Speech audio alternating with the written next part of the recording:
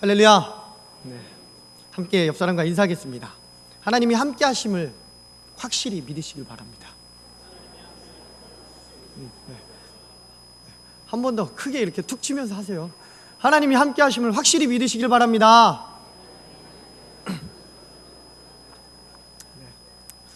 아멘. 감사합니다. 오늘 본문에 등장하는 모세, 이는 이스라엘 사람들에게 민족의 지도자로서 우상과 같은 사람입니다. 영웅 중에 슈퍼히어로, 슈퍼 영웅으로 이렇게 추앙받고 있는 사람이 모세입니다.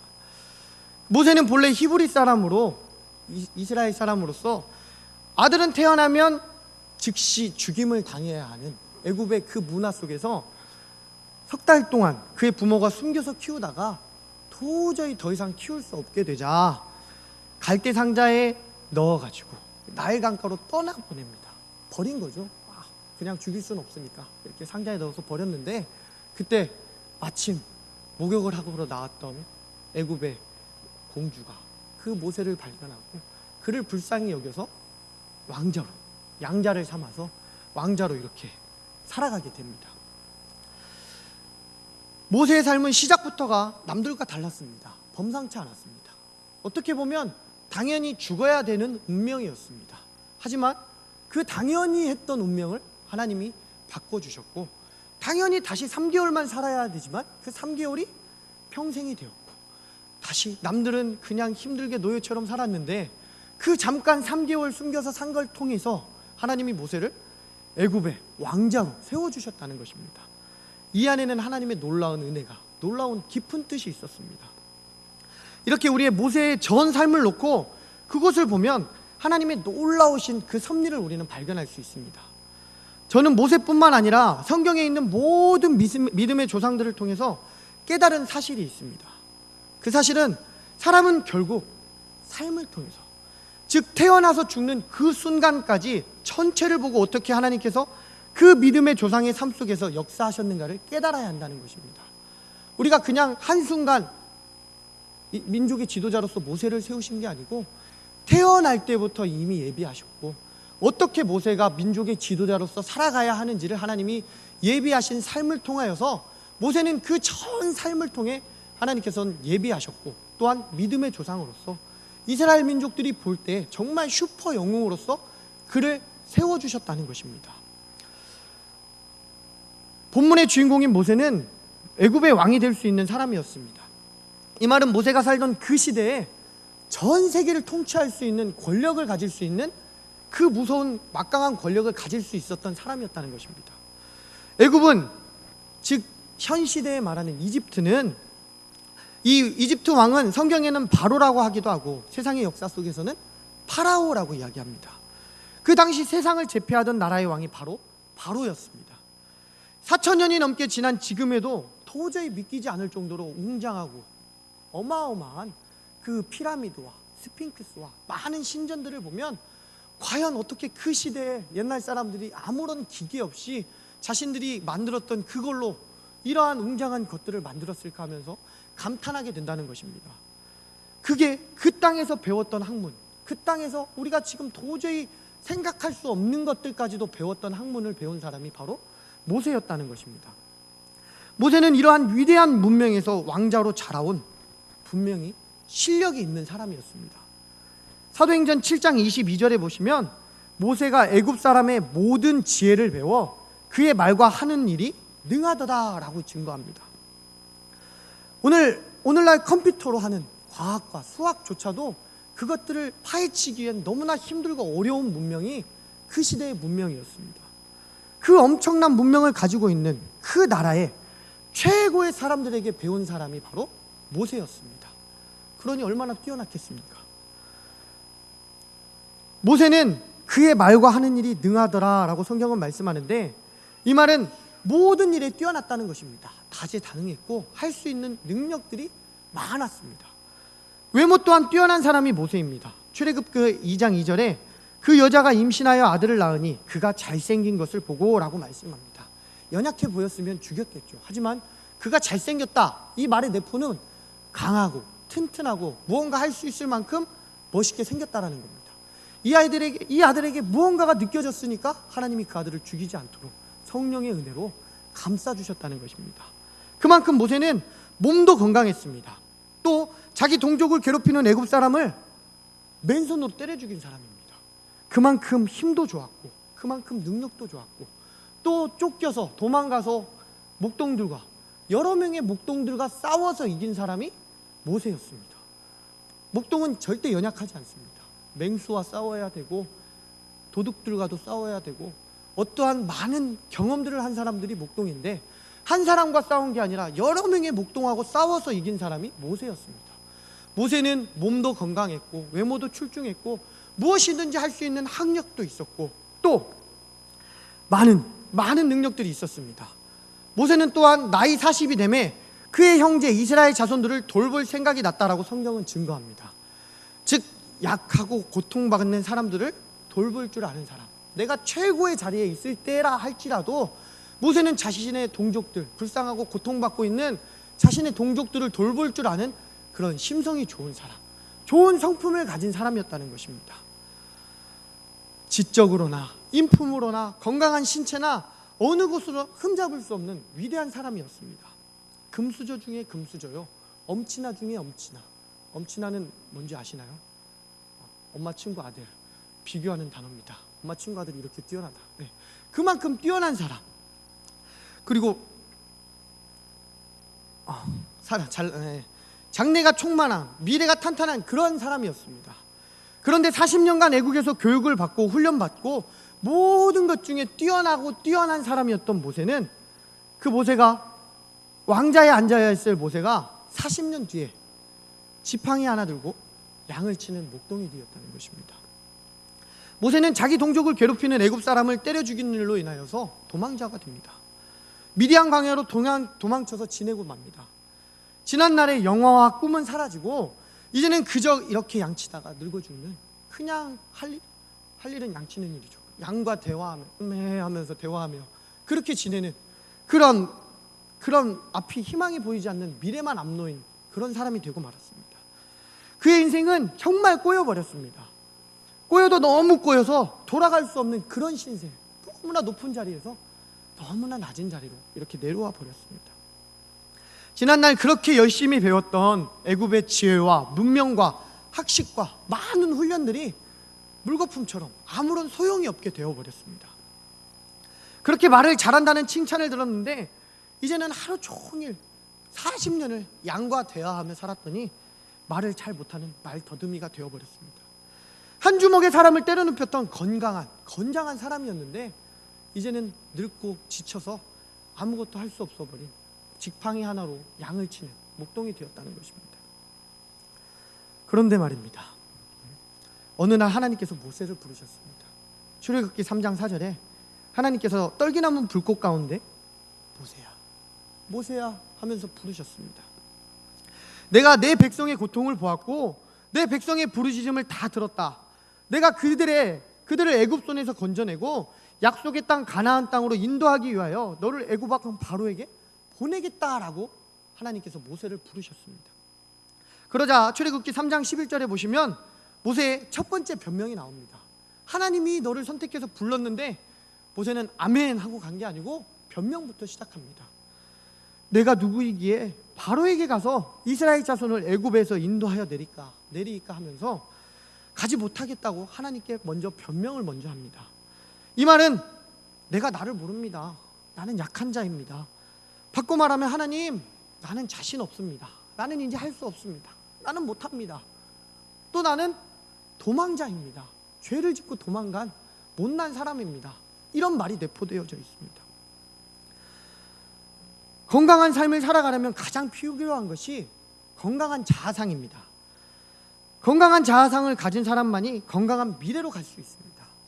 우울한 자아상을 가진 사람은 우울증에 걸릴 수 있고 포기할 수 있고 무언가 내가 할 수 없다라는 어려운 환경 속에서 좌절하고 맙니다. 그런데 이 자학하는 자아상, 포기하는 자아상이라고 하는데요, 이 자아상을 가진 사람들은 항상 극단적으로 넘어집니다. 또 이것을 교만한 자아상이라고 이야기하는데, 교만한 자아상을 가진 사람의 배후에는 우월감이 도사리고 있습니다. 건강하면서도 교만함이 따라오고, 또한 그 가운데서 내가 우월하다, 나는 다 할 수 있다, 나는 잘났다 라는 것을 내포하고 있기 때문에 그 안에 교만이 따라오게 된다는 것입니다. 그리고 자학하는 사람의 자아상 뒤에는 열등감이 자리 잡고 있습니다. 이 두 가지, 교만함과 열등감을 잘 우월했을 때, 잘 컨트롤했을 때 건강한 자아상을 키워냅니다. 모세는 40년 전에는 너무나 뛰어났기 때문에 교만한 자아상을 갖고 있었습니다. 하지만 지금 다시 40년이 지난 80세가 됐을 때는 저는 못해요 라는 말을 하는 열등감을 가진 그러한 자아상을 보여줍니다. 이렇게 연약해 빠져서 우울에 빠져 있는 모세에게 하나님은 이때 두 가지 약속을 말씀하셨는데, 하나는 하나님의 임재의 약속입니다. 하나님, 제가 누굽니까? 저는 못합니다 라고 말할 때 하나님의 처방은 이거였습니다. 내가 너와 함께하마. 창조자 하나님께서 함께 하신다는 약속을 하셨습니다. 전능하신 하나님께서 함께 하시겠다라고 약속하셨습니다. 우리는 약합니다. 인간이기에 넘어질 수밖에 없고 너무나 좌절할 때가 너무나 많습니다. 그리고 시험 들어서 고민할 때도 많이 있습니다. 하지만 전능하신 하나님께서 함께 하실 때 우리는 무엇도 하지 못함이 없음을, 능치 못함이 없는 강한 사람으로 변화될 줄 믿으시길 바랍니다.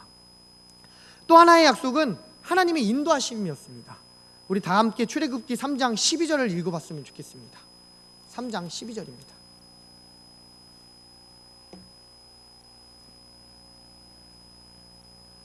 시작.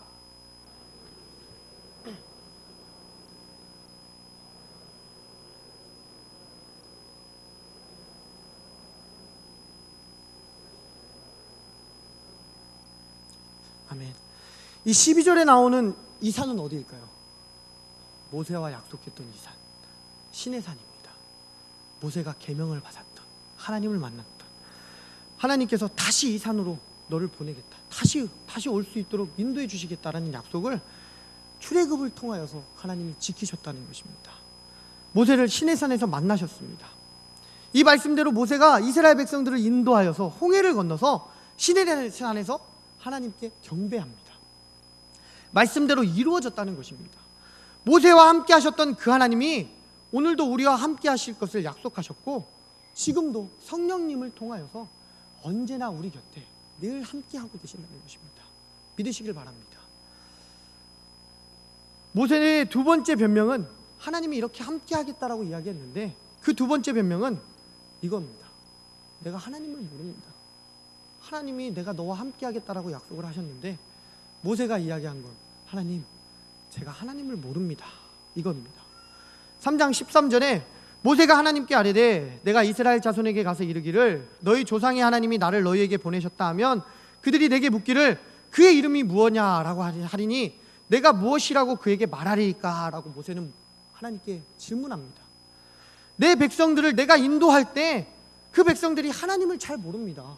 하나님을 떠난 삶 속에서 430년을 살았는데 어떻게 그들이 하나님에 대해서 잘 알 수 있습니까? 잘 배우지도 못했고 잘 전달받지도 못했는데 하나님에 대해서 모르는 사람들에게 내가 어떻게 하나님을 전합니까? 당신의 이름은 도대체 무엇입니까? 라고 질문을 합니다. 여기서 모세 자신이 하나님에 대한 확신을 갖고 하나님을 알고 싶어하는 의도가 내포되어져 있습니다. 하나님을 잘 알아야 하나님을 잘 믿고 또 하나님을 잘 신뢰하고 하나님을 잘 섬기고 또 하나님을 잘 증거할 수 있기 때문입니다. 또 하나는 야곱의 자손들이 애굽에서 430년 동안 살면서 이 하나님에 대해서 완전히 잊어버렸다는 것입니다. 우상을 섬기고 살면서 하나님을 까마득하게 잃어버린 이스라엘 백성들에게 내가 하나님을 어떤 분으로 소개할 수 있겠습니까? 하는 의미가 이 안에 내포되어져 있습니다. 그리고 오늘 본문의 세 번째 모세의 변명이 나옵니다. 물론 출애굽기 4장 10절 이하에 보시면 모세는 또다시 세 번째 변명 이후에 네 번째 변명을 합니다. 그렇게 하다가 하나님께 꾸중을 듣는 모습도 나타나는데요, 오늘 우리는 이 세 번째 변명에 대해서 함께 나눠보려고 합니다.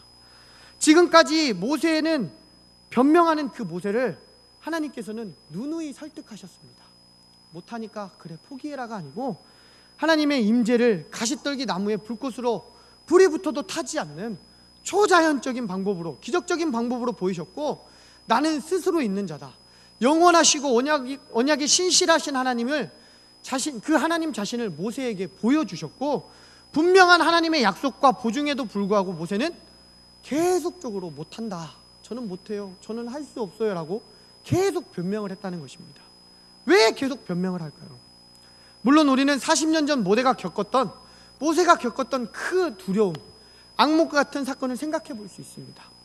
사도행전 7장 25절에 어떻게 해석하고 있냐면요, 그는 그의 형제들이 하나님께서 자기의 손을 통하여서 구원해 주시는 것을 깨달으리라고 생각하였으나 그들이 깨달지 못하였다라고 말씀합니다. 모세가 처음에 애굽 사람을 죽이고, 그리고 이스라엘 민족들이 자기 편이 되어서 자신을 잘 따라올 줄 알았습니다. 내가 이렇게 하자, 나는 이스라엘 백성이니까, 히브리 사람이니까, 내가 이런 힘을 갖고 있으니까 나를 따르라 하면 만세 하면서 따를 줄 알았다는 것입니다. 하지만 백성들은 이렇게 이야기했습니다. 서로 싸우고 있는 이스라엘 백성들을 보면서, 왜 동족끼리 싸우냐, 너희들이 그러면 안 된다라고 이야기할 모세에게 백성들은 이야기합니다. 누가 너를 우리의 재판관으로 세웠으며 너에게 그런 권위를 주었느냐?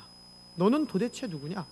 궁중에서 잘 먹고 잘 살다가 언제부터 내가 우리의 백성이라고 우리 편에 서서 우리의 일을 하려느냐 하면서 모세를 핍박하고 모세를 믿지 않았다는 것입니다. 동족들은 모세의 선의를 이해하지 못하고 그를 질책했습니다. 그리고 또 거기에 또 한 가지 실망하는 것 중 하나는 하나님의 침묵입니다. 모세가 그러한 마음을 가지고 열정을 가지고 나아가려고 했는데 하나님은 침묵하셨습니다. 그런데 40년이 지난 이제 와서 다시 애굽에 가서 아무런 힘이 없고 늙고 지쳐있는 자신에게 와서 이스라엘 백성을 이끌으라 말씀하시는 그 하나님, 그 인도하시는 하나님을 모세는 이해할 수 없었습니다. 하나님의 일을 하는 사람들에게 중요한 것이 무엇이냐면 소명감입니다. 콜링이라고 이야기합니다. 그러나 성경에서 보면 소명, 즉 부르심이란 결코 모세나 아브라함이나 사도 바울, 그리고 모든 목회하는 목회자에게만 있는 것이 아니고 여기에 계신 하나님의 부르심을 받고 하나님의 자녀로 인치심을 받은 모든 사람에게 하나님이 주신 소명이 있다는 것입니다. 믿으시길 바랍니다. 아멘. 하나님께서 이렇게 저와 여러분을 구원하시려는 목적으로 우리를 소명을 주시고 또 교회로 인도하셨습니다. 하나님의 자녀로 불러주셨습니다.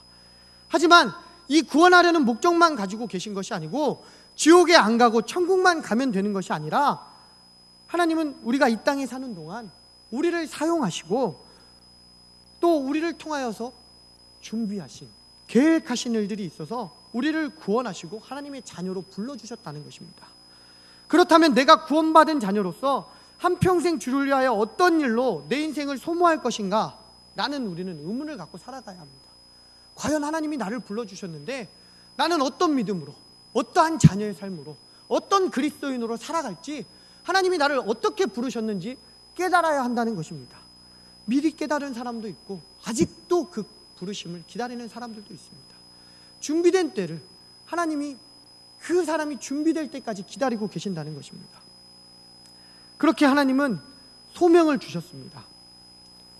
고린도전서 7장 16절에서 17절에 보시면 아내된 자여 내가 남편을 구원할지 어찌 알 수 없으며 남편된 자여 내가 내 아내를 구원할는지 어찌 알 수 있으리요 오직 주께서 각 사람에게 나눠주신 대로 하나님이 각 사람을 부르신 그대로 행하리라. 내가 모든 교회에서 이같이 명령하노라 라고 말씀합니다.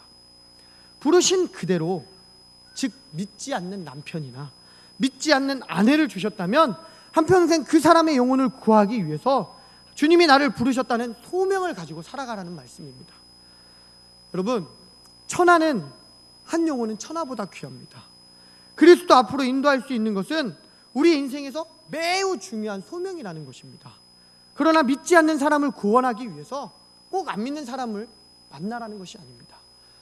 혹 믿지 않는 사람을 만났다고 해서 기도해보지 않고 이 사람은 하나님을 믿지 않는 사람이니까 내가 이 사람과 헤어져야겠다, 이런 섣부른 판단을 해서도 안 된다는 것입니다. 하나님이 우리에게 주신 소명은 기도의 응답 가운데 오는 것이고 또 하나님이 어떻게 나를 불러주셨냐는 것을 우리가 기도를 통하여서 깨달아야 한다는 것입니다. 사랑하는 성도 여러분, 모세는 지금 하나님께서 부르고 계셨습니다. 그리고 이스라엘 백성들을 애굽에서 구원해내라고 명령하셨습니다. 그러나 모세는 하나님의 말씀에 대한 불신과 자신을 자학하는 자아상으로 인하여서 못하겠다라고 대답합니다. 모세는 이렇게 반문할 수도 있습니다. 하나님, 생각해 보세요. 40년 전에 내가 이렇게 힘이 있을 때 백성을 구원하려고 할 때 그때는 어디 계시다가 이제야 나타나셔서 말씀하십니까? 내가 그렇게 힘 있고 잘 나갈 때 내 힘으로 해낼 수 있을 그때 어디 계시고 이제 나타나셔서 아무 힘없고 아무것도 할 수 없는 나에게 백성을 인도해내라고 하십니까? 내 꼴을 보십시오. 지팡이 하나 들고 내가 무엇을 할 게 있겠습니까? 라고 하나님께 반문도 할 수 있습니다. 그럼에도 불구하고 하나님의 반응은 어떠할까요? 넌 희망이 없구나. 그래, 넌 거기에서 그냥 살아라. 빠이. 이게 아니었습니다. 하나님은 포기하지 않으시고 오래 참으시면서 모세의 불만과 불신에 대해서 풀어주시면서 내가 너와 함께하겠다, 너를 인도하겠다, 어딜 가든지 너와 함께하겠다는 약속을 통하여서 모세의 어려움들, 그 문제들을 하나하나 해결해 주셨다는 것입니다. 그래서 모세로 하여금 이 일을 할 수 있다는 것, 백성들이 그를 신뢰하고 말 것이라는 그 증거를 기적을 통하여 또 보여주십니다. 그래서 오늘 본문에 하나님께서 모세에게 물으셨습니다. 내 손에 있는 것이 무엇이냐? 라고 물었을 때 모세는 하나님께서 내 손에 있는 것이 무엇이냐 물으실 때 자기의 손을 내려다보면서 이런 생각을 했을 수도 있습니다. 내 인생 80년 이렇게 열심히 살았는데 내 손에 들려있는 것은 이 지팡이 하나밖에 없었다. 모세는 지팡이 하나 들고 있었습니다. 그래서 모세는 대답합니다. 지팡이인데요. 이렇게 지난 80년의 인생을 돌아보면 젊었을 때는 그 어려운 애굽의 학문을 배우기 위해 밤을 새며 공부했을 것입니다. 전쟁 연습도 했을 것이고 많은 것들을 학문을 가꾸기 위해서 많은 연습을 했을 것입니다. 그리고 미디안 광야에서 양을 치는 40년 동안 결코 쉬운 일이 아니었을 것입니다. 매일 양떼를 몰고 가서 매일 먼 거리를 이동해서 풀을 먹여야 되고 물을 먹여야 되고 모든 고난 속에서 또 하루하루 힘들게 살아갔을 것입니다. 매일 맹수들과 싸우고 더위와 싸우며 힘겹게 살았을 것입니다. 이렇게 80년을 살았지만 뒤를 돌아보니 열심히 살아온 인생에 남은 것이란 하나님의 질문에 대답할 것, 지팡이 하나밖에 없었습니다. 뭔가 참 쓸쓸해 보이기도 합니다. 모세가 그토록 자신이 생각하기에는 열심히 살아온 것 같은데 지팡이 하나밖에 없었습니다. 이유가 뭘까요? 그 이유는 잘 보시면 모세는 그동안 하나님을 찾지 않았습니다. 하나님 없이 살아왔기 때문에 그렇습니다. 하나님 없이 살아온 인생은 아무리 열심히 살아와도 껍데기뿐, 아무것도 우리 손에 남지 않는다는 것입니다. 성경에는 모세가 80세가 될 때까지 기도했다라는 말씀이 아무것도 없습니다. 3장 6절에 보시면, 출애굽기 3장 6절에 보면 하나님께서 모세에게 처음 나타나셨을 때 모세는 하나님 뵙기를 두려워했다라고 말씀합니다. 모세가 하나님 뵙기를 두려워하여 그의 얼굴을 가렸습니다. 지금까지 모세는 하나님 없이 살았습니다. 하나님 없이 산 삶은 그저 껍데기인 삶, 헛된 삶이었다는 것입니다. 젊었을 때 자기는 힘과 지식과 젊은 패기로 세상의 모든 것을 다 가질 수 있다라고 생각했고, 나이가 들어서는 이제는 아무것도 할 수 없다라고 그냥 포기만 했습니다. 때문에 하나님을 찾지 않았고 결국 그 모세에게 남았던 것은 지팡이 하나뿐이었습니다. 그래서 하나님은 말씀하셨습니다. 내가 아무리 열심히 살아도 내가 너와 함께하지 않으면 너는 이 지팡이 하나밖에 남지 않게 된다. 네가 의지할 거는 하나님이어야 되는데 모세가 양을 칠 때 의지한 건 지팡이였다는 것입니다. 사랑하는 성도 여러분, 하나님께서는 우리에게도 이 같은 질문을 하십니다. 지금 내 손에 들고 있는 것이 무엇이냐? 이 질문, 여러분이 지금까지 살아온 인생의 결과로 손에 들고 있는 것이 무엇이냐? 네가 맺은 열매가 과연 지금까지 뭐가 있느냐라고 질문을 하신다면 어떤 대답을 하실 것입니까? 지금 나름대로 열심히 살아온 인생, 부지런히 앞만 보고 살아온 삶의 결과로 남아있는 것이 과연 무엇일까?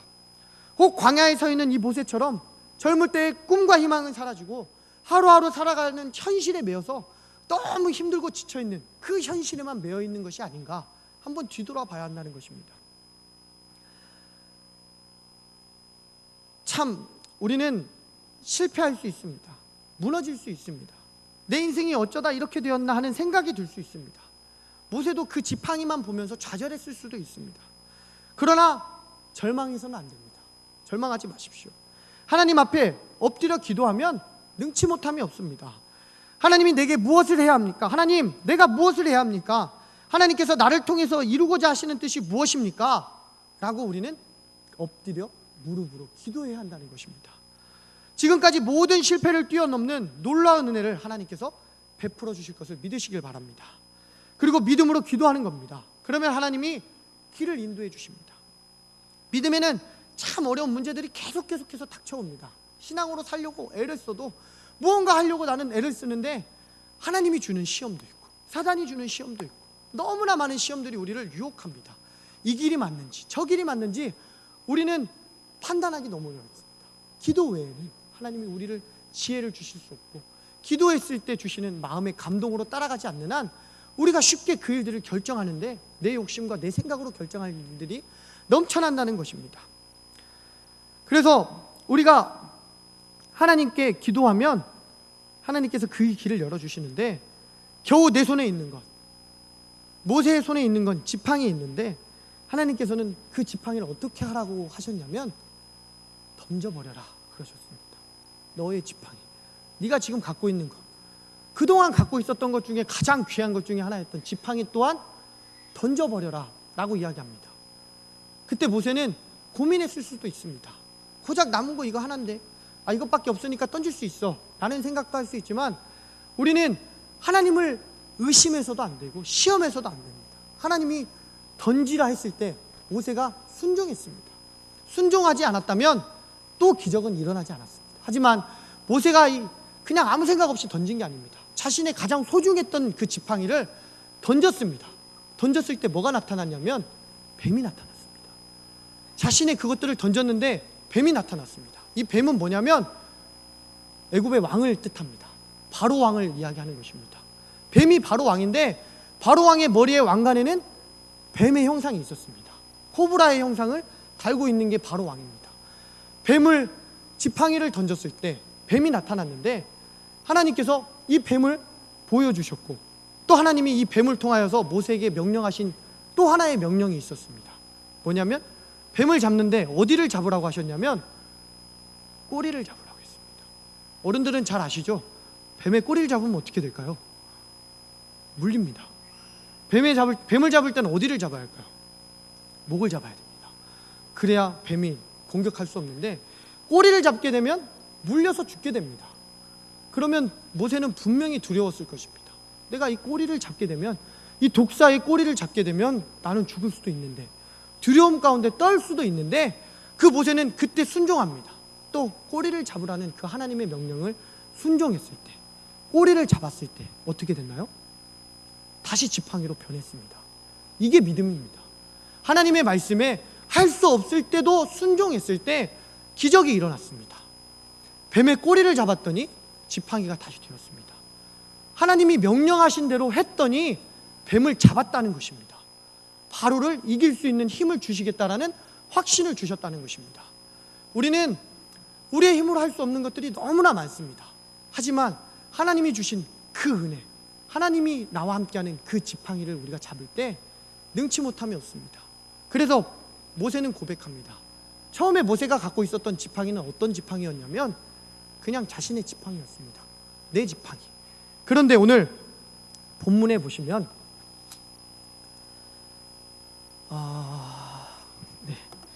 이게 어떻게 변했냐면 하나님의 지팡이로 변했습니다. 모세는 그냥 지팡이에서 여기다가 이름을 붙였습니다. 하나님의 지팡이. 내가 이제 이 하나님의 지팡이를 가지고 나아가겠습니다. 하나님을 의지한 겁니다.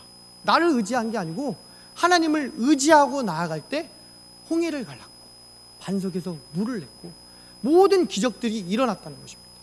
우리가 내 힘으로 하고 내가 그렇게 힘세고 잘할 때까지 하나님이 기다리신 게 아니고 다시 그 힘이 빠지고 모든 연륜이 쌓일 때까지 하나님이 기다리셨다는 것입니다. 지금 나는 잘할 수 있어, 내가 잘할 수 있어, 이런 마음을 가질 때 교만이 싹 트는 겁니다. 이런 이야기를 하면 좀 그렇지만 어제 이제 교회 찬양팀이 와서 중고등부 연합 찬양 예배를 드렸습니다. 그래서 이제 찬양 예배가 끝난 뒤에 제가 이제 중고등부 찬양팀 아이들을 불러서 이야기를 했습니다. 어떤 이야기를 했냐면, 너희들이 봤을 때 어떤 생각이 들었느냐, 이 찬양팀을 보고 어떤 마음이 들었느냐 라는 질문을 했습니다. 왜냐하면 그분들이 먼 데에서 이렇게 모여서 오신 분들이라 연습을 제대로 하지 못하셨어요. 그래서 좀 많이 안 맞았어요. 그런 것들을 보면 아이들이 우리가 더 잘할 것 같은데, 우리도 할 수 있는데, 이런 마음을 품게 됩니다. 이게 뭐냐면 교만입니다. 젊은 마음 가운데 나는 이만큼 할 수 있으니까 그 사람들을 보면서 비교하면서 내가 더 잘할 것 같은데, 우리를 불러줬으면 더 좋았을 텐데, 이런 마음을 품게 되는 게 어린 나이의 혈기입니다. 그래서 이야기를 했습니다. 나도 너희들 나이 때 이런 걸 보면 나도 잘할 수 있으니까 나를 보여주고 싶었다. 나도 나를 잘할 수 있으니까 보여주고 싶었는데 이게 잘못된 거다. 이걸 통하여서 교만이 싹트고, 그걸 통하여서 사탄은 우리를 넘어뜨린 그런 일들이 일어납니다. 나는 잘할 수 있는 데가 아니고 그 사람들이 못하고 있다 할지라도 어떻게 우리는 기도로 중보하면서 그 사람들이 다시금 세워져 나아갈 수 있도록 서포트하는 게 우리의 역할입니다. 못한다고 질책하는 것이 아니라 내가 나가서 막 휘젓는 게 아니고, 그 교만이 있다면 그 교만들을 다 내려놓고 하나님의 때를 기다리며 나에게 주신 소명들, 모세는 80세까지 힘들고 어려울 때 기다렸고, 또 모세가 못하는 것은 아론을 통하여서 일꾼들을 세워주셨고 많은 일들을 감당할 수 있도록 하나님이 채워주셨다는 것입니다. 지금 여러분에게는 하나님의 능력이 어떤 것들이 있습니까? 하나님을 의지하고 있는 것들이 어떤 것들이 있습니까? 나의 전 삶을 하나님께 의지하며 내려놓으시길 바랍니다. 그랬을 때 놀라운 기적의 역사가, 모세가 하나님의 지팡이를 가지고 애굽에서 바로 나온 게 아니었습니다. 또 시험이 왔습니다. 바로 왕의 마음이 강팍해져서 아무리 흔들고 아무리 제왕이 와도 넘어지지 않았습니다. 바로 굽히지 않았습니다. 하지만 10번 찍었을 때, 10가지 재앙이 왔을 때 그때 나왔습니다. 바로 내가 의지한다고, 바로 믿고 나아간다고 역사는 일어나지 않습니다. 믿음을 갖고, 변치 않는 믿음을 갖고 나아갈 때 그때 하나님이 함께 하시는 믿음이 더 크게 힘있게 역사한다는 것을 믿으시고, 하나님이 나의 기도를 안 들어주셨으니까 실망하고 포기하고 시험에 드는 게 아닙니다. 하나님은 주시지 않는 이유는 필요 없기 때문에, 아직은 때가 안 됐기 때문에 주시지 않는 겁니다. 나의 기도 응답이 없으니까 나는 이제 끝이다, 하나님도 필요 없어 하면서 포기하고 시험에 빠지는 게 아니고, 그 하나님을 변치 않고 믿음으로 승리했을 때 다가오는 큰 은혜를 맛보시는 저와 여러분들이 되시기를 간절히 축원합니다. 기도하시겠습니다. 참 고마우신 나의 하나님 아버지, 감사합니다. 때를 기다리게 하시고 하나님의 뜻 가운데 나아갈 수 있도록 인도하여 주셔서, 우리가 그동안 잊고 있었던 소명이 있다면 다시금 그 소명이 불타오르게 하시고, 하나님의 뜻 가운데 모세가 하나님의 지팡이를 의지했듯이 우리가 하나님을 의지하며 하나님의 뜻 가운데 바로 설 수 있는 복된 주님의 자녀들이 되어서 언제나 어디서 무엇을 하든지 승리할 수 있는 하나님의 자녀들이 될 수 있도록 축복하여 주시옵소서. 나를 통하여서 일어나는 모든 사역들이 하나님의 영광이 될 수 있도록 하나님 주장하여 주실 줄 믿고 감사를 드리며 거룩하신 예수님의 이름으로 기도합니다. 아멘.